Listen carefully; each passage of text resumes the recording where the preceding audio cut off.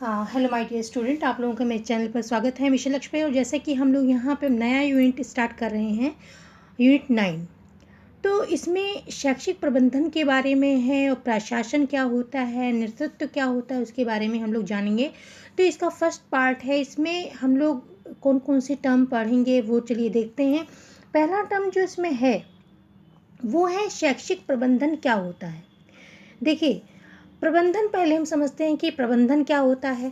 मान लीजिए आपके घर में कोई फंक्शन है, ठीक है, और उसको आपको फंक्शन का प्रबंध करना है। तो आप सारे काम जो हैं कि जो भी फंक्शन के काम हैं, छोटे बड़े जो घर में करने वाले हैं, वो अपने जो फैमिली मेम्बर्स हैं उनको सौंपेंगे आप, ठीक है। और जो बाहर जो जैसे खाना बनाने का है, हलवाई का है, बहुत सारी चीज़ें जो हैं, वो डेकोरेशन का है, वो काम आप बाहर वालों को सौंपेंगे। तो इस तरह आप, और कितना समय लगेगा, कब आएगा, किस समय लगाएगा, हर चीज़ आप जो पूरी व्यवस्था करेंगे उसको, मतलब उसको किस तरीके से एग्जीक्यूट करना है, उसको पूरा जो चीज़ है उसको हम प्रबंध करते हैं, प्रबंध कहते हैं उस चीज़ को।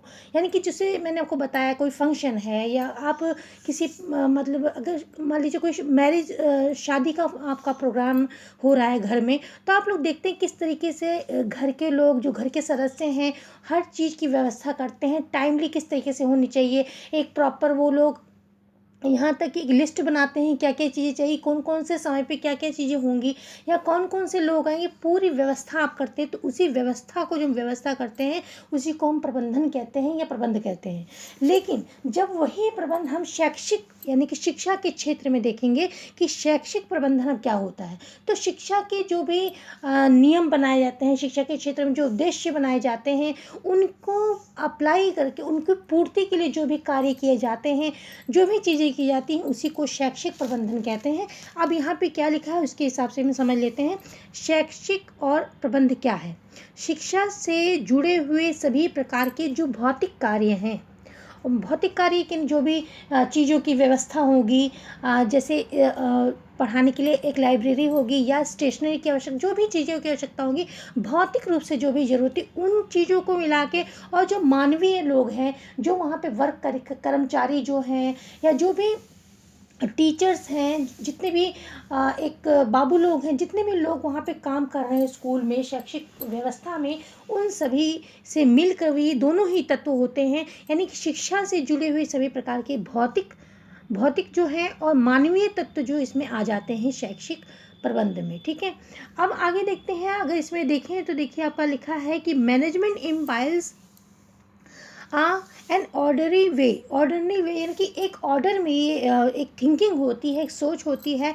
And it describe in operation terms, अगर इसको ऑपरेशन टर्म में डिस्क्राइब करते हैं, is what is to be done, मतलब क्या किया जाना है, हाउ इज डन, कैसे किया जाना है, and is to be done, and how we know when we have done.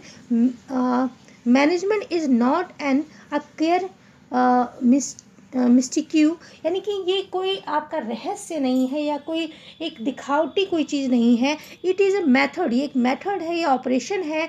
Good management जो है, good management should result in a orderly integration, यानी कि जो एक ऑर्डर में, एक हम एक वे में, एक ऑर्डर के रूप में, यानी एक हम व्यवस्थित रूप में हम जो इंटीग्रेशन, एकत्रित समाहित रूप में जो हम एजुकेशन और सोसाइटी के लिए जो एक व्यवस्था होती है, वो मैनेजमेंट रिजल्ट होता है। ये यहाँ पे एक प्रबंध के रूप में आप लोग पढ़ें। अब जो प्रबंध देखिए, अगर हम हिंदी में इसको देखते हैं, हिंदी की आपका डिफिनीशन है कि पूर्व निर्धारित उद्देश्य, जो कि उद्देश्य और लक्ष्यों की प्राप्ति संस्था के कार्यकर्ताओं के व्यक्तिक और सामूहिक प्रयासों के नियोजन मतलब है एक योजना, नियोजन, निर्देशन, उनकी डायरेक्शन में एवं नियंत्रण एंड कंट्रोल से संबंधित है। शैक्षिक प्रबंध से तात्पर्य शिक्षा से जुड़े हुए सभी पहलुओं की व्यवस्था या प्रबंध एवं कार्य करने की कला से है, ठीक है। आई होप बच्चों आप लोगों को अब ये पूरी तरह से समझ में आ गया होगा कि जो भी एक स्कूल है, मान लीजिए स्कूल है, स्कूल का जो भी प्रशासन है, अभी हम प्रशासन के बारे में भी जानेंगे। जैसे अगर हम देखिए, अगर हम दैनिक जीवन में अपने उदाहरण से देखते हैं तो हमको जल्दी चीज़ समझ में आती है। अगर अपने घर में आप देखिए तो आपके मम्मी पापा का ही प्रशासन घर में चलता हो गया, तो मम्मी का किसी घर में मम्मी का भी चलता है, किसी घर में पापा का भी चलता है प्रशासन। तो वो लोग क्या करते हैं, वो लोग पहले अपने घर के लिए, अपने बच्चों के लिए कुछ नियम, कुछ चीज़ें को डिसाइड करते हैं, ठीक है। तो उसी प्रकार से जो प्रशासन है, वो प्रशासन एक स्कूल के लिए या संस्था के लिए जो नियम है, पॉलिसीज़ हैं, वो बनाता है, ठीक है, कि कैसे होगा, कितने समय पे हो, क्या क्या चीज़ें होंगी, ये सब वो डिसाइड करता है। और जो प्रबंध है, प्रबंध उन चीज़ों को, जो भी नियम उन्होंने बनाए हैं, प्रशासन ने बनाया है, उस नियम को जो है वो एग्जीक्यूट करता है, यानी कि प्रक्रिया में लाता है, जो प्रबंध की व्यवस्था है, ठीक है।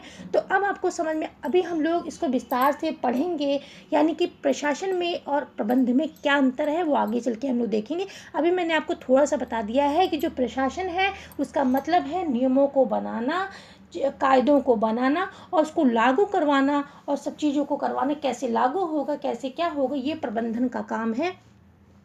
तो आप लोग आई होप बच्चों आप लोगों को अच्छी तरह से समझ में आ गया होगा।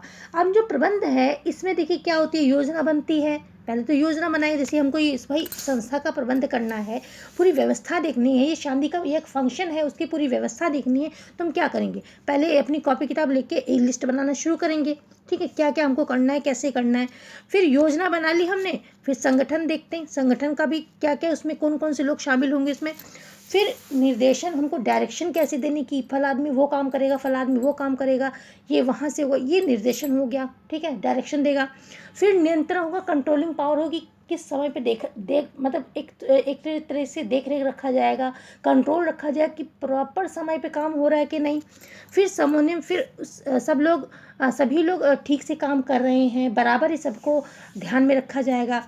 रिपोर्ट करना, फिर पूरी उसकी जो भी चीज़ें की गई उसको रिपोर्ट किया जाएगा, और बाद में बजट भी देखा जाएगा कि इतना इस सब चीज़ों को करने के लिए कितना बजट आ रहा है, कितना लगेगा, कितना नहीं लगेगा। तो ये सारी चीज़ें जो आती हैं वो आपके प्रबंधन में आ जाती हैं, ठीक है। अब हम देखें कि शैक्षिक प्रबंधन के सिद्धांत यानी प्रिंसिपल्स क्या होते हैं, उसको देख लेते हैं। देखिए, इसमें ये होता है कि कार्य जो है, जो भी कार्य होना है, पहले उसका विभाजन कर देते हैं, डिवीजन ऑफ वर्क। इसको हम एक तरह से देखिए, अगर इसे कहें तो इसे विशिष्टीकरण का सिद्धांत, ध्यान से आप लोग सुनिएगा, इसको विशिष्टीकरण का सिद्धांत या श्रम विभाजन, यानी कि जो मेहनत करते हैं उसका विभाजन कर दिया जाए, ये सभी को काम बांट दिया जाए, के सिद्धांत के नाम से भी जाना जाता है। और इस सिद्धांत का जो आधार है किसका, डिवीजन ऑफ वर्क। इस सिद्धांत के अनुसार, इस सिद्धांत के आधार जो है योग्यता और दक्षता के अनुसार व्यक्ति को कार्य सौंपे जाते हैं, कि कोई व्यक्ति की कितने स्किल, उसके अंदर कितनी स्किल है, उसके हिसाब से वो काम दिया जाएगा, ठीक है। योग्यता और दक्षता के अनुसार व्यक्ति को कार्य सौंपने से है। और इस सिद्धांत के अनुसार प्रबंधक जो है सबसे पहले ये पता लगाता है कि कौन सा व्यक्ति किस कार्य में योग्य है, दक्ष है, और तत्पश्चात उसको कार्य देता है। उस व्यक्ति को प्रबंधक वही कार्य देता है जो वो अच्छी तरह से कर सकता है, ठीक। तो कार्य के विभाजन के आधार पर उपयुक्त कार्य के लिए योग्य और दक्ष व्यक्ति की नियुक्ति की जाती है। तो ये किस में आएगा, आपका ये कार्य विभाजन में आएगा, यानी कि हर व्यक्ति को उसकी योग्यता के अनुसार कार्य को सौंप दिया जाता है। ये है पहला इसका सिद्धांत शैक्षिक प्रबंधन का, ठीक है। दूसरा आप देखेंगे कि authority and responsibility and accountability, यानी कि उत्तरदायित्व, क्या अधिकार और उत्तरदायित्व की यहाँ बात होती, किसको जो जो अपना व्यक्ति अपना उत्तरदायित्व समझे उसको देखा जाता है। कि अधिकार एवं उत्तरदायित्व एक ही क्रिया के दो पहलू हैं, ये हमको समझ लेना चाहिए। ये सारी जो टर्म्स लिखी हैं एक दूसरे से मिलती जुलती हैं। ये क्या नाम, रिस्पॉन्सिबिलिटी हो, अकाउंटेबिलिटी हो, ये सारी चीज़ें एक दूसरे से संबंधित हैं। इस सिद्धांत के अनुसार क्या होता है कि जो प्रबंधन या नेता द्वारा, ये जो भी उस कार्य का जो भी प्रबंध करा रहा है, उसका जो लीडर है, वो यदि किसी व्यक्ति को किसी कार्य के दिए हुए कार्य के परिणामों के लिए उत्तरदायी बताया जाता है। यानी कि ये कार्य आपको सौंपा गया है तो फिर ये उसी से हिसाब किताब लिया जाएगा कि आपने प्रॉपर रूप से काम किया कि नहीं किया, कितना आपने किया। ठीक है, तो ये प्रदत्त कार्य के परिणामों के लिए उत्तरदायी उसी व्यक्ति को बताया जाता है जिसको दिया गया है, और उसे यह अधिकार भी प्रदान किया जाता है कि उस कार्य की सफलता के लिए जो भी कदम उठाना है, जो भी चीज़ उसको मेहनत लगानी है, समय लगाना है, जो भी लगाना है वो करे। ठीक है, और अधिकार उत्तरदायित्व के अनुरूप ही उत्तरदायित्व अधिकार के अनुरूप ही अधिकार उत्तरदायित्व सौंपने के लिए कार्यकर्ता जो कार्य कुशलता है उसके हिसाब से उसको दिए जाते हैं। तो ये आपका हो गया अधिकार और उत्तरदायित्व का। ठीक है, अब अगला देखिए, अगला है नियोजन का सिद्धांत। ये क्या है? यानी कि प्लानिंग का। कोई भी कार्य जितना योजनाबद्ध तरीके से किया जाएगा। देखिए, आपको अगर मान लीजिए छोटा सा एक सामान भी मार्केट जा रहे हैं, अगर आपको कोई सामान परचेज करना है तो आप लोग सोचते हैं कि चलो एक लिस्ट बना ली जाए, क्योंकि फिर कोई चीज़ में भूल ना जाए। तो पहले एक सामान लेने जाते हैं, कोई भी आप चीज़ें ले जाते हैं, बाजार मार्केट जाते हैं तो पूरी लिस्ट बना के, पूरी योजना बना के जाते हैं कि भाई ये चीज़ें लेनी है ऐसे, और पैसों का भी बजट देख लेते हैं कि भाई कम ना पड़े। ठीक है, तो ये सारी चीज़ें आप एक मार्केट जाते हैं तो देखते हैं। तो जब हम किसी संस्था का प्रबंधन चला रहे हैं, किसी संस्था का देख रहे हैं कि कैसी व्यवस्था है, तो हम वहाँ पे नियोजन या प्लानिंग तो करेंगे ही। तो कोई भी कार्य, और सफल तभी होता है, कोई भी कार्य जितना योजनाबद्ध तरीके से किया जाएगा, जितनी अच्छी उसकी योजना बनाई जाएगी, पहले से उसको लिख लो कि कितना समय लगना है, कितना पैसा लगना है, कितने लोग लगने हैं, सब कुछ लिख लो और उसी हिसाब से काम करोगे तो आपका जो काम होगा पूरा हो जाएगा, पूरी व्यवस्था आपकी ठीक से होगी। तो कोई भी कार्य जितना भी योजनाबद्ध तरीके से किया जाता है वह कार्य उतना ही सफल और श्रेष्ठ परिणाम देने वाला होता है। ठीक है, श्रेष्ठ नियोजन और श्रेष्ठ प्रबंध की पूर्व आवश्यकता है। इस सिद्धांत के अनुसार प्रत्येक कार्य जो है वो पूर्व निर्धारित नियोजन के अनुसार, नियोजन यानी कि प्लानिंग, योजना के अनुसार किया जाता है। और जो आपकी योजना करते समय, नियोजन करते समय उपलब्धियां, जो भी साधन आपको उपलब्ध हैं, ठीक है, भावी परिस्थिति, क्या क्या परिस्थितियां हो सकती हैं, भावी परिस्थितियों का पूरा ध्यान रखना चाहिए। और सत्र प्रारंभ होने, यहाँ पे स्कूल की बात हो रही है, तो सत्र प्रारंभ होने से, शुरू होने से पहले ही विद्यालय में शैक्षिक कार्य, वित्त यानी कि पैसों से संबंधित कार्य, स्टाफ, जो स्टाफ है आपका, जो भी लोग वहाँ पे काम करते हैं, स्टाफ की व्यवस्था इत्यादि की व्यवस्था बना लेनी चाहिए, जिससे कि जो सत्र आरंभ हुआ है उसके पहले ही दिवस में नियमित रूप से कार्य जो है वो शुरू हो सके। ठीक है, आगे चलें। आगे है आपका यूनिटी ऑफ कमांड। अब यूनिटी ऑफ कमांड, कमांड का मतलब क्या है? निर्देश देना। ठीक है, अब निर्देश देते हैं कि आपको ये कार्य करना है, आपका ये कार्य है, कमांड पूरी संभालनी है। जो लीडर होता है कमांड संभालता है कि आपका ये काम है, आपका ये काम है, पूरा उसको करवाना। ठीक है, अगला देखते हैं, अगला है यूनिटी ऑफ डायरेक्शन। अब यहाँ पे डायरेक्शन की बात होगी। डायरेक्शन है कि निर्देशन, ये भी कमांड से मिलता जुलता है। निर्देशन आपको देना है, निर्देश पूरा देना है कि किस तरीके से कार्य हो रहा है, कौन कौन करेगा, पूरा देख रेख आपको रखनी, निर्देश देना है, डायरेक्शन देनी है। आगे है कि केंद्रीयकरण का सिद्धांत। ठीक है, केंद्रीयकरण का सिद्धांत क्या होता है उसको देखिए। केंद्रीयकरण के सिद्धांत से मतलब ये है कि जो प्रबंधक को प्रबंध से संबंधित कुछ अधिकारों और शक्तियों को अपने पास सुरक्षित रखना चाहिए। प्रबंध कार्यों के अधिकार और शक्तियों संस्था प्रधान के रूप में भी होनी चाहिए, प्रधान के हाथों में होनी चाहिए, किंतु वह उसी सीमा तक होनी चाहिए जिससे कि संस्था के विद्यार्थियों को ये अधिनायकवादी महसूस ना हो। अब केंद्रीयकरण का सिद्धांत ये होता है कि पूरी शक्ति जो एक व्यक्ति के हाथ में दे दी जाए।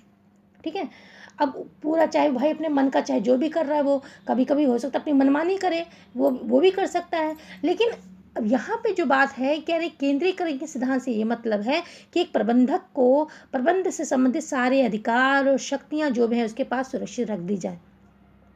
तो प्रबंध कार्यों के अधिकार और जो शक्तियाँ हैं वो जो उस लीडर के पास, उस प्रधान के पास, उस हाथ में होनी चाहिए, किंतु वह उसमें एक सीमा होनी चाहिए, एक सीमा तक उसको मिलनी चाहिए वो शक्तियाँ, ताकि वो उसका मिस यूज़ ना कर पाए और विद्यार्थियों को या वहाँ के जो काम करने वाले हैं उनको ये ना लगे कि ये जो है ये अधिनायकवादी हो गया है, अपनी शक्तियों का, अपनी जो भी उसके पास अधिकार है उनका गलत प्रयोग कर रहा है। ठीक है, तो ये हो गया आपका केंद्रीयकरण का सिद्धांत, यानी कि सेंट्रलाइजेशन का सिद्धांत। ठीक है, आगे चलें। आगे है आपका व्यवस्था का सिद्धांत। अब व्यवस्था का सिद्धांत क्या होता है? इस सिद्धांत के अनुसार प्रत्येक व्यक्ति वस्तु के लिए अपना निश्चित स्थान होना चाहिए। ठीक है, व्यवस्था तो तभी होगी, अब जैसे मान लीजिए आपने उसमें एक शादी में कहा कि डेकोरेशन का काम किसी को दे दिया, सौंप दिया, अब वो प्रॉपर उसका काम कोई दूसरा तो करने नहीं लग जाएगा। हलवाई का काम हलवाई को दिया तो उसका काम भाई अब जो सजाने वाला उसका काम करने लग जाए, वो उसका काम करने, तो ऐसा तो नहीं होगा। हर व्यक्ति की व्यवस्था में उसकी योग्यता, हम पढ़ चुके हैं कि व्यवस्था जो कर रहे हैं इसमें उसकी योग्यता और दक्षता के अनुसार इसको कार्य सौंपा जाएगा।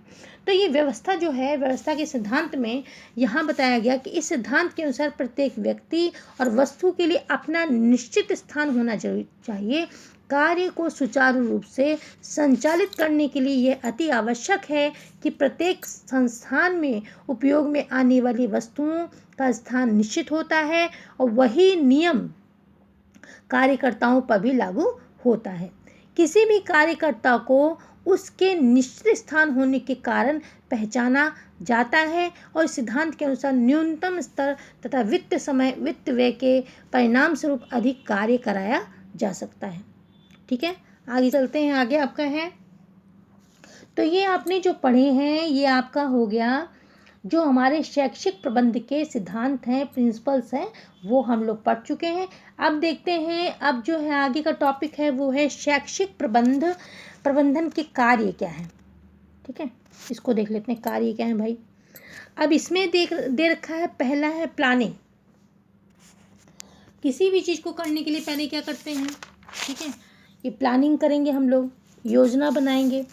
ठीक है, योजना बनाया हमने और फिर उसको उसका संगठन ऑर्गेनाइज कैसे उसको करेंगे, संगठन निर्माण कैसे करेंगे। फिर आपका हो गया डायरेक्शन का, डायरेक्टिंग, फिर उसको डायरेक्ट करेंगे, जैसे एक मूवी डायरेक्ट की जाती है, निर्देशन उसका किया जाता है। ठीक है, वो वहाँ पे कैसे कार्य हो रहे हैं उसका डायरेक्शन दिया जाएगा। फिर कंट्रोलिंग पावर होगी, कंट्रोलिंग देखा जाएगा कैसा कि कंट्रोलिंग क्या हो रही है, उसकी पूरा कंट्रोल रखा जाएगा, नियंत्रण रखा जाएगा। फिर उसको बाद में मूल्यांकन, इवैल्यूएशन किया जाएगा, यानी कि मूल्यांकन किया जाएगा बाद में, और बाद में फिर सबसे अंत में उसका ये मूल्यांकन होगा। यानी कि पहला हो गया प्लानिंग, अगर हम शैक्षिक प्रबंधन के कार्य को शुरू कर रहे हैं तो पहले प्लानिंग हो गई, फिर ऑर्गेनाइजिंग हो गई, फिर डायरेक्टिंग हो गई, कंट्रोलिंग हो गई, और फिर आपका मूल्यांकन हो गया।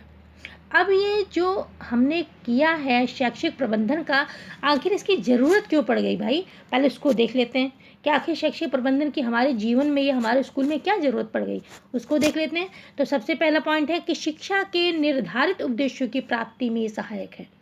ठीक है, जो शैक्षिक प्रबंधन जो हो रहा है, जो प्रशासन है, शैक्षिक प्रबंधन है, ये सब चीज़ें क्यों ज़रूरी हैं? शिक्षा के जो हमने उद्देश्य निर्धारित किए हैं उनकी प्राप्ति में ये बिल्कुल सहायक है। तो पहला तो इसका महत्व ये हो गया। दूसरा महत्व है कि शैक्षिक समस्याएं आती रहती हैं, कभी कभी शैक्षिक समस्याएं जो आती हैं उनका समाधान करने के लिए भी ये सहायक हो जाता है।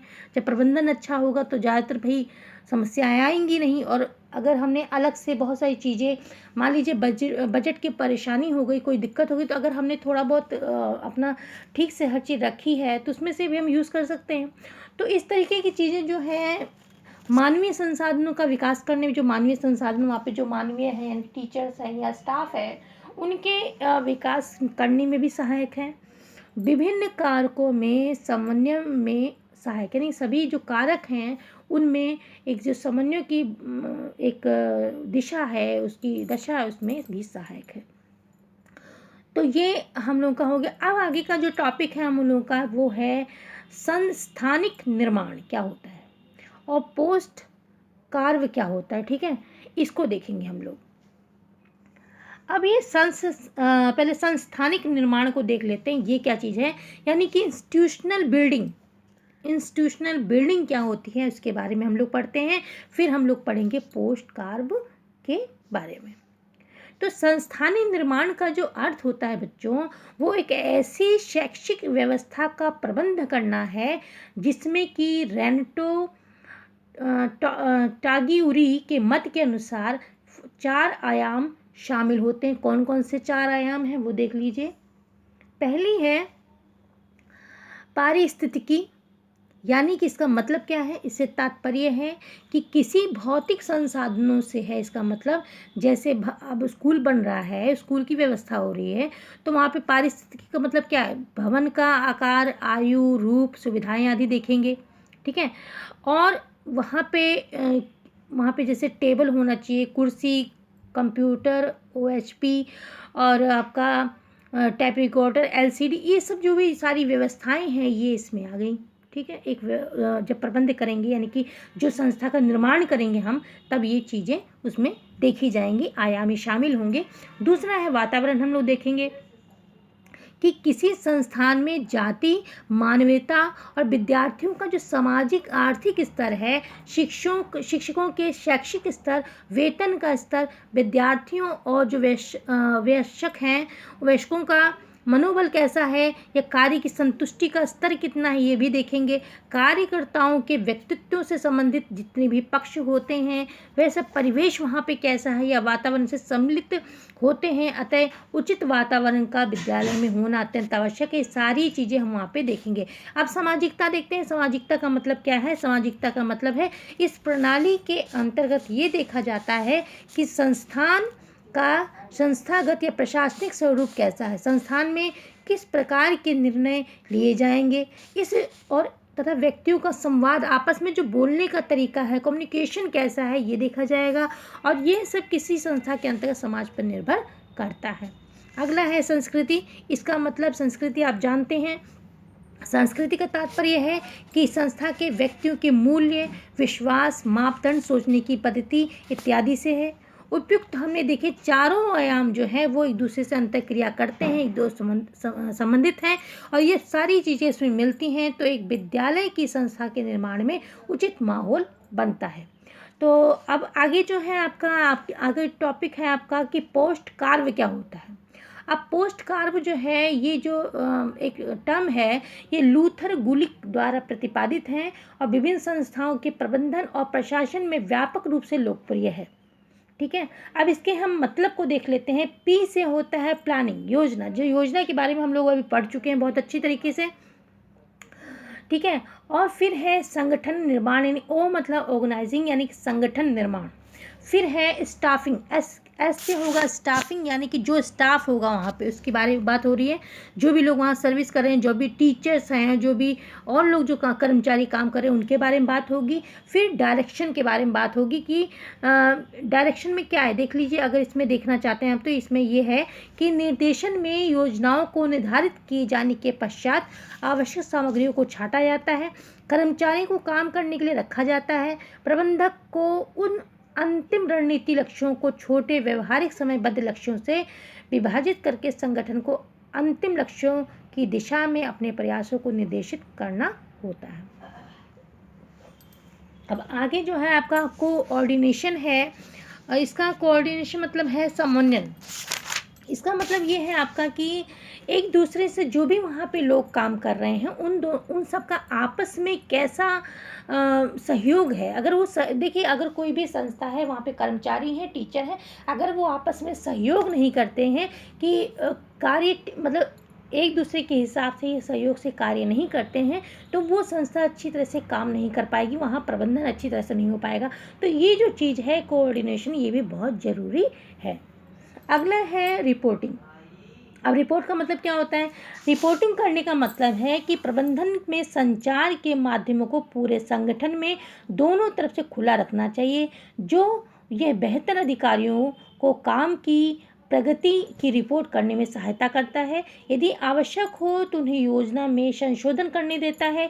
इसी तरह सूचनाओं के सभी आवश्यक आदान प्रदान करना, जैसे कि कर्मचारियों की समस्याएं जो आ गई, नए नियम हैं और भी जो चीज़ें, इन सबको देखना। ये रिपोर्ट में जब हम रिपोर्ट को देखेंगे, रिपोर्ट प्रस्तुत होगी, उससे ये सब चीज़ें पता चलती हैं। और अगला है आपका बजट का निर्माण करना, बजट तैयार करना। वित्त संबंधी, पैसे संबंधित। वित्त किसी भी संगठन का जीवनदाता होता है। जो मेन चीज़ है, अगर बजट ही नहीं होगा तो आपका काम ही नहीं कोई होगा। बजटिंग है खर्च किए गए हर पैसे का उचित और खाता जो है बजटिंग कहलाता है किसी भी संगठन की। एक तरीके से उसको अच्छे विकास के लिए बहुत ज़रूरी है। इसके लिए संसाधन और आदमी, धन, सामग्री एवं समय प्रत्येक कार्य परियोजना के अग्रिम रूप से आवंटित किया जाता है। तो ये जो है एक तरीके से बजट तैयार करना है, ये पूरी तरीके से अंत में हम लोग देखें, जिसे देखा हमने, तो ये बजटिंग बहुत ज़रूरी है। तो इस तरीके से आपने देखा जो ये इसके पॉइंट्स थे, यानी कि पोस्ट कार्व लूथर गुलिक ने इसका प्रतिपादित किया था। तो इसमें हर शब्द का आप मतलब जान गए हैं। और इनको अगर हम योजना का मतलब भी आप लोग जानते हैं, योजना भी मैंने आपको बताया है, तो ये हम लोग पढ़ चुके हैं। चलिए आगे का टर्म है CPM। अब CPM क्या होता है? CPM C से होगा क्रिटिकल पाथ, P से पाथ मेथड। अब ये क्या चीज़ है? देखिए इसका मतलब ये है, ये क्या है? The critical path method is a step by step project management technique है। ये एक टेक्निक है कि कैसी टेक्निक है? ये प्रबंधन की, जो प्रबंधन हम लोग पढ़ रहे हैं उसी की एक टेक्निक है ये। इसको the critical path method CPM इसको कहा जाता है। Is a step by step, यानी कि एक स्टेप के बाद क्रम से काम होता है। इसमें एक स्टेप के बाद दूसरा स्टेप करेंगे, दूसरे स्टेप के बाद तीसरे स्टेप पे बढ़ेंगे, तो स्टेप बाय स्टेप इसमें काम होता है। The critical path method is a step by step project management technique है फॉर प्रोसेस प्लानिंग। जब हम प्लानिंग करते हैं, प्लानिंग का प्रोसेस होता है उसके लिए, that defines critical and non critical task. जैसे कि हमको ये भी पता चलता है कि कौन सा टास्क इसमें क्रिटिकल है, ठीक है, और कौन सा नॉन क्रिटिकल है, with the goal of the preventing time the frame problems and the process bottleneck and determine the expecting the completion और execution time for each task. मतलब कि जो भी टास्क दिया गया है, जो भी प्रोजेक्ट ये प्रबंधन जो किया जा रहा है, जो CPM जो हम टेक्निक ये पढ़ रहे हैं, इस टेक्निक में स्टेप बाय स्टेप काम होगा। और और इसमें ये भी देखेंगे कौन सा आपका जो टास्क है वो क्रिटिकल है, बहुत ज़्यादा ज़रूरी है, इंपॉर्टेंट है, कौन सा नॉन क्रिटिकल है ये भी देखेंगे। उसके बाद ये देखा जाएगा, ये डिटरमाइन किया जाएगा कि आपका प्रत्येक टास्क जो है वो उचित टाइम पे, उचित समय पे एग्जीक्यूट हो जाए, समय पे हो जाए। ये सब चीज़ें देखी जाएंगी। अगर हम एग्जाम्पल के रूप में देखें जो स्टेप बाय स्टेप काम होता है, अगर इस एग्जाम्पल के रूप में हम समझना चाहें तो मान लीजिए कि the construction of a house, एक हाउस बन रहा है, and house calls for the plumbing and the sheet rocking. वहाँ दो काम होने हैं, प्लम्बिंग का काम होना है, एक शीट रॉकिंग का काम होना है। The installing of the plumbing need to be completed before the sheet. अब यहाँ पे देखिए क्या, एक स्टेप बाय स्टेप काम होगा। पहले क्या होगा, प्लम्बिंग का काम हो जाएगा, ठीक है, उसके बाद शीट रॉकिंग का काम हो, शीट बिछाई जाएंगी। तो यहाँ पे देखिए क्या, एक के बाद एक काम हो रहा है। तो plumbing need to be completed before the sheet rocking can be done, उसके बाद किया जाएगा। तो एक तरीके से एल्गोरिदम बन जाता है। ये critical path method help determine the time of will take to do the plumbing and the when to scheduled sheet rocking. तो आपने देखा कि एक काम के बाद दूसरा काम जो है वो होता है, और यहाँ पे प्रॉपर टाइम जो है कि इस टाइम पे कितने वीक लगेंगे, कितना समय लगेगा, वो पहले ही तय हो जाता है, ठीक है। अब अगर आप इसको एक डायग्राम से समझना चाहें तो आप समझ सकते हैं। ये देखिए यहाँ पे जो भी आपका कार्य है वो स्टार्ट हुआ है, आप इसमें देखेंगे। फिर आप अगर ए पे जाएंगे, ए वाले टास्क पे जाएंगे, तो उसमें 3 वीक लग गए हैं आपको, ठीक है। फिर ए से अब इधर की साइड देखें, अगर बी वाले टास्क को देंगे तो उसमें 4 वीक लग गए हैं, ठीक है। अब सी को देखें तो उसमें 1 वीक में वो कवर हो गया है। फिर सी के बाद अगर डी में आए हम लोग तो डी में 3 वीक लगे हैं, डी वाले टास्क में। और 4 में एफ में लगे हैं, एफ में भी लगे हैं, 0 लगा है, जितना भी चाहे छोटा टास्क कम लगा। और आप देखेंगे ई वाला फिर देखेंगे, ठीक है, ई में 2 लगे हैं वीक। तो यहाँ पे जाके ये पूरा जो प्रबंधन है, उन्होंने एक हाउस का स्ट्रक्चर का काम लिया था, वो पूरा फिनिश हो गया है, ठीक है। तो ये डायग्राम हो गया CPM का। चलिए अगर हम इसकी हिस्ट्री देखते हैं, कभी कभी हिस्ट्री से भी समझ आ गया है कि कहाँ से आया है ये चीज़, तो अगर हिस्ट्री में देखते हैं तो इसकी हिस्ट्री देखें तो first developed by the USA navy, ये नेवी में पहले डेवलप किया गया था। ड्यूरिंग द 1950 यानी 1950 में the critical path method help the project manager build the submarine fleet. वहाँ पे सबमरीन फ्लीट जो थी, जो समुद्र में चलती है, उसके बिल्ड करने के लिए ये पहले इसकी हेल्प ली गई थी, इस किसकी, सीपीएम की। और बाद में फिर ये हर क्षेत्र में, बिजनेस के क्षेत्र में या आपके शिक्षा के क्षेत्र में, हर जगह ये चीज़ जो टर्म थी या जो भी ये टेक्निक थी ये यूज़ करने लगे। ठीक है, तो CPM जो है first use in 1957 by the EI Dupont day numerous, इनके द्वारा पहले ये सबसे पहले इस्तेमाल की गई थी। तो ये भी बहुत इंपॉर्टेंट है, कभी कभी आपका पूछ लिया जाता है आपके एग्ज़ाम में कि सबसे पहले किसने इसको यूज़ किया। कभी हिस्ट्री के बारे में पूछ लेते कि कहाँ से ये चीज़ आई है। ठीक है, तो ये चीज़ें आपको ध्यान में रखनी है पेपर के टाइम। और इट प्रोवाइड, अब जो आगे है, it provide a graphical view of the project. ये जो आपका प्रोजेक्ट आप बनाने जा रहे हैं वो उसका एक खाका या एक चित्र आपके सामने प्रस्तुत करता है, एक ग्राफिकल व्यू आपके सामने प्रस्तुत करता है। ठीक है, अगला देखते हैं पॉइंट हमारा है कि predict the time requirement to complete that. ये पहले से एक प्रेडिक्ट, जब हम पूरा नक्शा हमने बना लिया, खाका बना लिया, टाइम डिसाइड कर दिया, तो एक तरीके से मोटा मोटा हमको बता देता है, टाइम पहले पता लग जाता है कि हमको ये प्रोजेक्ट कब पूरा होगा। Show which activities are critical to maintaining the schedule and which are not। तो ये इससे पता चल जाता है कौन सी एक्टिविटी कितने समय पे हो जाएगी, कौन सी नहीं होगी। ठीक है, ये सब चीज़ें आपको इस शेड्यूल में इसमें पता चल जाती हैं। अब ये हमारा कंप्लीट हो गया। अब आगे की जो टर्म है ये बच्चों, ये बहुत इंपॉर्टेंट है, इनसे क्वेश्चन आते हैं, इसलिए आप लोगों को इस पर बहुत ध्यान देना है। अभी CPM हम पढ़ चुके हैं, आगे का हमारा जो है वो है PERT। इससे बहुत सारे क्वेश्चन पहले के पेपरों में यानी प्रीवियस ईयर में आपके आ चुके हैं।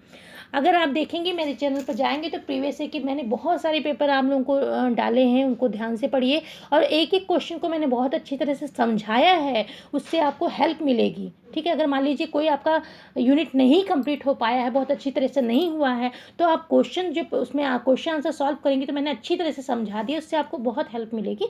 तो आप उसमें जाइए और चैनल पे, और जितने भी प्रीवियस ईयर के पेपर हैं वो ज़रूर कीजिए। ठीक है, ये आपकी हेल्प के लिए है, बहुत ज़रूरी, क्योंकि आपके पेपरों के लिए। तो अब PERT का हम देखते हैं, PERT क्या होता है। PERT क्या है, प्रोग्राम इवेल्युएशन रिव्यू टेक्निक। इसको अगर हम फुल इसको खोल के अगर पढ़ते हैं PERT का, तो ये मतलब है इसका। तो ये क्या है, ये भी CPM की तरह क्रिटिकल पाथ मेथड, ये दोनों ही एक दूसरे के पैरेलल हैं। ठीक है, critical path method are the project management technique. ये दोनों ही जो हैं CPM चाहे PERT, दोनों ही तरीके से प्रोजेक्ट मैनेजमेंट टेक्निक्स हैं, which have been the created out of the need of western industrial. जब हम पश्चिम की बात करते हैं, वहाँ पे जब इंडस्ट्री जो होती थी, व्यावसायिक चीज़ें या मिलिट्री की चीज़ें, वहाँ पे इसकी सबसे पहले इसको यूज़ किया गया, फिर बाद में धीरे धीरे आपका बिजनेस में आ गया या आपके स्कूल्स में आ गया या शिक्षा में आ गया। तो military establishment to plan and schedule and control complex project, जो भी कॉम्प्लेक्स प्रोजेक्ट थे, बहुत जटिल प्रोजेक्ट थे। The critical path method evolved parallel to part, यानी कि जो पार्ट हमने पढ़ा है उसके पैरेलल काम करता है। ठीक है, वैसे वो भी काम करता है, साथ में ये भी काम करता है, दोनों साथ साथ कार्य कर सकते हैं, पैरेलल चलते हैं दूसरे के। अब आगे देखते हैं, a vital aspect of the part is the formula. ठीक है, और एक तरीके से फॉर्मूला है use for the calculation of expected project time. जो भी टाइम हमारा लगेगा उस प्रोजेक्ट को, उसको कैलकुलेशन करने में ये एक फॉर्मूले हैं, टाइम है। ठीक है, टाइम बताते हैं। अब देखिए, जैसे कि इसमें बताया है T, अभी फॉर्मूला क्या है, TAMB। अब टी से मतलब हुआ एक्सपेक्टेड कंप्लीटिशन टाइम, कंप्लीटिशन टाइम। तो जो अब हम टी से मतलब ये है कि जितना हमने सोचा है, जितना एक्सपेक्ट किया, उम्मीद की है कि उसी समय पे काम पूरा हो जाएगा, ठीक है। तो और दूसरा है ऑप्टिमिस्टिक एस्टिमेट। यहाँ पे एक तरीके, एक का मतलब है ऑप्टिमिस्टिक यानी कि आशावादी एक तरीके से एस्टिमेट हम जो बना के चलते हैं वो देखा जाता है यहाँ पे, क्या इतने वीक में तो पूरा हो ही जाएगा, ऐसे हम लोग सोचते हैं। एम का मतलब है मोस्ट लाइकली एस्टिमेट। यहाँ पे ये देखेंगे कि हाँ प्रॉपर समय पे ध्यान लगाते हैं कि हाँ बहुत नाप जो के लगाते हैं कि हाँ मोस्ट लाइकली इतने समय पे इतने वीक में तो ये प्रोजेक्ट हमारा ये प्रबंधन पूरा हो जाएगा, ठीक है। बी का है पेसिमिस्टिक एस्टिमेट। यहाँ पे ये नकारात्मक भाव आता है कि यहाँ पे जैसे एक तरीके से आपने ये सोचा कि नहीं इतने समय में तो पूरा नहीं होगा या नहीं हो सकता, तो थोड़ा आप और समय वो कर लेते हैं, ठीक है। तो ये तरीके हमने देखे हैं यहाँ पे। ये है TAMB, तो इसका फॉर्मूला है। तो बच्चों आपने आज देखिए पर्ट पढ़ा, ठीक है, और आपने CPM पढ़ा जो कि बहुत ज़रूरी है आप लोगों का। आई होप बच्चों आप लोगों को अच्छी तरह से ये जो टॉपिक्स हैं, ये टर्म्स हैं, ये समझ में आ गई होंगी। अगर ज़रा भी दिक्कत हो, कुछ ना समझ में आए तो कमेंट के द्वारा बताइए, मैं फिर आपको दोबारा समझाऊंगी और बहुत अच्छी तरह से समझाऊंगी। So thanks for watching.